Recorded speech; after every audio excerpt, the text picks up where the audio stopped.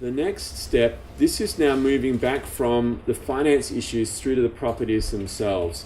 If you want to push yourself to a larger portfolio and get to those 20 properties, you will need to focus on higher yield properties for their cash flow positive nature.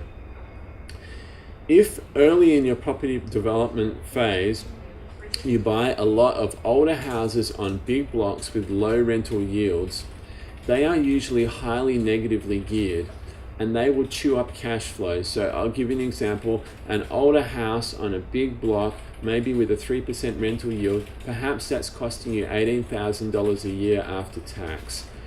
On the other hand, a house that's newer, that's perhaps on a smaller block, it has lower maintenance costs, it's maybe costing you $9,000 a year. So you can accumulate 2 of those smaller, younger properties for each of those 1 larger, older properties.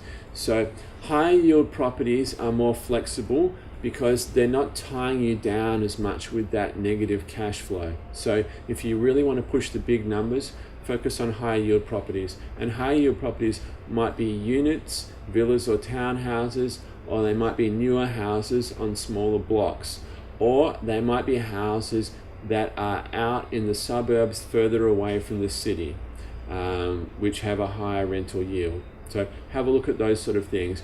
Just be aware, yes, you will get higher capital growth generally from those old houses on big blocks close to the city, but the negative cash flow can really choke your financial progress.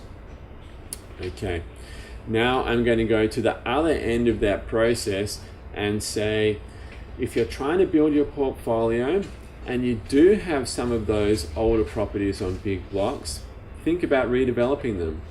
Now, I'd say in the early stages, push the numbers, but perhaps once you get over 10 or 12, start to look within your portfolio for properties with subdivision potential, and then start to build properties on them. In doing that, you're effectively doing construction of a new home with a free block, okay? Because you've already held that property, you already own that land, you're really only paying the building cost, and then from that you achieve another rental.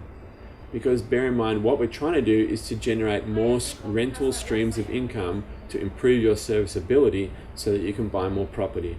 So look about redeveloping. When you're looking at your portfolio and deciding which properties you want to redevelop, be aware of the market cycle. So for example, if we're going through a boom phase and builders are really hard to get and there's long construction delays, forget about it. This is not a race, okay? These properties have been in your portfolio for a long time. Just keep on holding them. But then let's just say we end up with a slowdown and there's articles about how builders are out of work and there's great offers from builders to construct new homes. That's the time that you want to start redeveloping some of your older properties. So be aware of the cycles and take advantage of them. Get more rentals by building on land that you already own. Okay, so we've covered financing and serviceability. Then we've covered the kind of properties that you want to look at for building a portfolio. Now, the final step in how to get from 2 to 20 properties is actually to go out and buy properties. You know, this is actually where most people fall down, because someone ends up with one rental, you know, and they were involved, they got the finances arranged, they went looking for properties, they fixed it up, they rented it out, and maybe they've done it 1 or 2 more times, but then they take their foot off the pedal, lose focus, and then wonder why they haven't built a huge property portfolio. Like anything worthwhile, building a property portfolio requires hard work and focus, and so you will need to push yourself. It's like riding uphill. If you're riding uphill on a bicycle, every time you buy another property, you're changing up a gear and it becomes a little bit harder. And so if you want to get to the top of that hill, maybe you are actually going to have to stand up on that bike to pedal.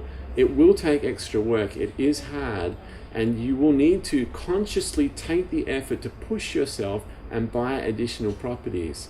But that's what's required if you want to go from 2 to 20. In buying additional properties, you are going to need an agent to work with you who understands not only properties themselves, but what to look for as an investor and how to manage the tenants to get you the best cash flow. So come and talk to me, Adam Bettison at HouseSmart, for good property investing success. See you next time.